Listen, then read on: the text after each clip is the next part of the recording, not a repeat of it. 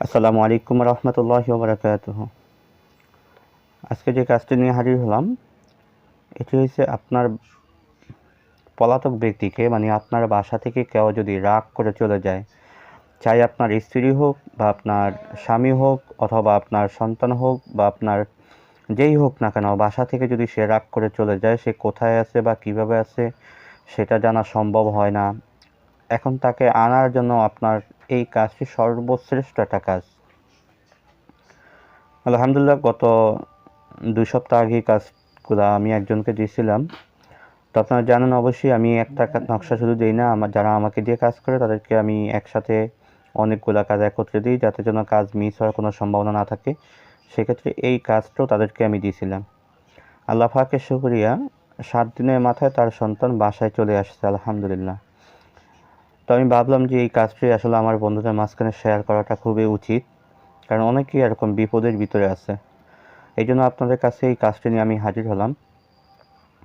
তো মূল আলোচনাতে আমি চলে যাব, তার আগে বলবো যারা এখনও আমার ভিডিওতে লাইক দেন না অবশ্যই সেটা লাইক দিয়ে রাখেন, যারা বন্ধুদের মাঝখানে শেয়ার করেন না অবশ্যই শেয়ার করে পৌঁছে দেন, এবং যারা নতুন আসছেন চ্যানেলটি সাবস্ক্রাইব করে বেল বাটন অন করে রাখুন, যাতে পরবর্তী ভিডিও আপনার নোটিফিকেশনে চলে যায়। তো আসল মূল আলোচনাতে আমি যাই। আপনার স্ত্রী আপনার বাসা থেকে সে পালাইয়া চলে গেছে, কোথায় গেছে সেটা জানেন না, বা কার কাছে গেছে সেটাও জানেন না, অথবা আপনার স্বামী চলে গেছে, বা আপনার প্রেমিক প্রেমিকা চলে গেছে, অথবা আপনার সন্তান বাসা থেকে চলে গেছে। ছেলে মেয়ে স্কুল মাদ্রাসা হতে পড়ার চাপের কারণেও পলায়ন করতে পারে, বা যে কোনো কারণবশত যদি সে বাসা থেকে পালিয়ে যায়, তাকে যদি আপনার আনা কোনো মতেই সম্ভব না হয়, সেক্ষেত্রে এই কাজটি আপনার জন্য একটা শ্রেষ্ঠ কাজ। বন্ধু, এই কাজটি করার জন্য আপনার বেশি তেমন একটা কিছু প্রয়োজন হবে না, তবে হ্যাঁ, আপনার জন্য কিছু জিনিসের আপনার প্রয়োজন হবে। সেটা হচ্ছে, 1 নম্বরে আপনাকে এই অরিজিনাল মেশকো জাফরান কুমকুম গোলাপ জল কালি আপনাকে সংগ্রহ করতে হবে। 2 নম্বরে আপনাকে সংগ্রহ করতে হবে হরিণের চামড়া।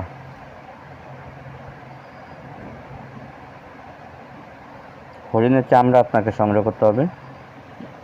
আপনার এই 2টা জিনিস আপনার সংগ্রহ করলেই আলহামদুলিল্লাহ হয়ে যাবে।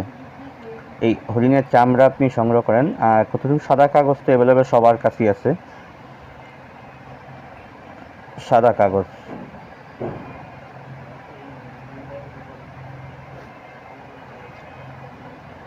তো আপনার সংগ্রহ করতে হবে 1 নম্বর মেশকো জাফরান কালি, 2 নম্বর হরিণের চামড়া, 3 নম্বরে সাদা কাগজ। এই 3টা জিনিস আপনার সংগ্রহ করার পরে আপনি রবিবার দিন, চাই আপনি যে কোনো সময় আপনি লিখতে পারেন, তবে রবিবার লিখলে সবচেয়ে উত্তম হবে, ভালো হবে।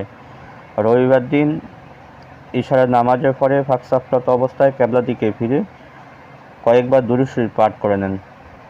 কমপক্ষে 21 বার দুরূদ শরীফ পাঠ করেন, আরও বেশি পড়লে আপনার জন্য আরও ভালো হবে। আমি স্ক্রিনে ছোট্ট একটা নকশা দিয়ে দিব। নকশাটা আপনারা দেখলেই বুঝতে পারবেন যে এটার শক্তি কেমন আল্লাহ পাক দিয়ে দিয়েছেন, নকশা দেখলেই বোঝা যায়। তো স্ক্রিনে আমি নকশাটা ইনশাল্লাহ দিয়ে দিব। হরিণের চামড়ার উপরে মেশকো জাফরান কালি দিয়ে সুন্দরভাবে আপনি একটা নকশা লিখেন, আর সাদা কাগজে আপনি একটা নকশা লিখেন। মাত্র এই 2টা নকশাই আপনাকে লিখতে হবে।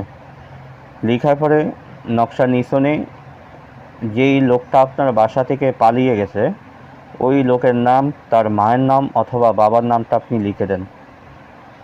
এখানে আমি নকশাটা যখন দিব তখন ইনশাল্লাহ সেখানে নামের জায়গাটাও আমি আপনাদেরকে দেখে দিব অবশ্যই। তো আপনার এবার কাজ হইল, নকশাটা লেখার পরে আপনি সর্বপ্রথম সূরাতুল ইখলাস কুলফাল্লাহ সূরা 101 বার পাঠ করে আপনি নকশাটার উপরে ফু দেন। ফু দেওয়ার পরে আপনি আবার 21 বার দুরূদ শরীফ পাঠ করেন, করে আপনি নকশাটার উপরে ফু দিয়ে বলবেন যে আল্লাহ, অমুকের ছেলে অমুক অথবা অমুকের কন্যা অমুক, সে যেন অতি দ্রুত অমুকের ছেলে অমুকের বাড়িতে অথবা অমুকের কন্যা অমুকের বাড়িতে এসে হাজির হয়। দোহাই আল্লাহ, দোহাই আল্লাহ রসুল, দোহাই মহতমা আব্দুল কাদের জিলানি, দোহাই দাউদ বিন সুলাইমান, এই দোহাইগুলো দিয়ে আপনি তাবিজের উপরে ফু দেন। ফু দেওয়ার পরে আপনার কাজ হয়েছে তাবিজটাকে সুন্দরভাবে চার কোনাইকা করে আপনি ভাঁজ করেন। চার কোনাইকা করে ভাঁজ করে এই তাবিজটা আপনি যেই বাসা থেকে ওই লোকটা পালিয়ে গেছে, আপনার বাসায় সুন্দরভাবে অন্ধকার একটা রুমে, খাটের নিচে হোক বা যেখানেই হোক, অন্ধকার একটা রুমে আপনি সর্বপ্রথম একটা ইট বা যে কোনো একটা পাথর জাতীয় বস্তু রেখে সেটার উপরে তাবিজটা রেখে ওইটার উপরে আবার আরেকটা ইট বা পাথর জাতীয় বস্তু রেখে দেন। মোট কথা আপনি পাথরের চাপা দিয়ে রাখেন। ইনশাআল্লাহ আজিজ সে যেখানেই থাকুক, যেভাবে থাকুক, সে আপনার কাছে ধরা দিতে বাধ্য হবে। সে আপনার বাড়িতে নিজ ইচ্ছাতে ইনশাআল্লাহ চলে আসবে। তো যে নকশাটার কথা আমি বলছিলাম সেটা হলো এটা, আমি স্ক্রিনে দিতেছি। এই নকশাটুকু আপনাকে সুন্দরভাবে অঙ্কন করতে হবে। এবার আসেন, এখানে লেখা আছে তাবিজটি অনেকবার পরীক্ষা করা হয়েছে এবং সাফল্য হয়েছে। তাবিজটি খুবই পরীক্ষিত একটা কাজ।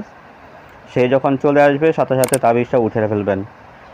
এখানে ফালান বিন ফালানের জায়গায় সেই লোকের নাম এবং যে পালিয়ে গেছে তার নাম, তার বাবা অথবা মায়ের নাম লিখে দিবেন। জলদি হাজির হো যায় নামটা লিখে এখান থেকে আবার লিখবেন, এই শব্দটুকু লিখে রাখবেন নামের পরে। ইনশাআল্লাহ আজিজ 100% গ্যারান্টি, ফলাফল ইনশাআল্লাহ নিশ্চিত।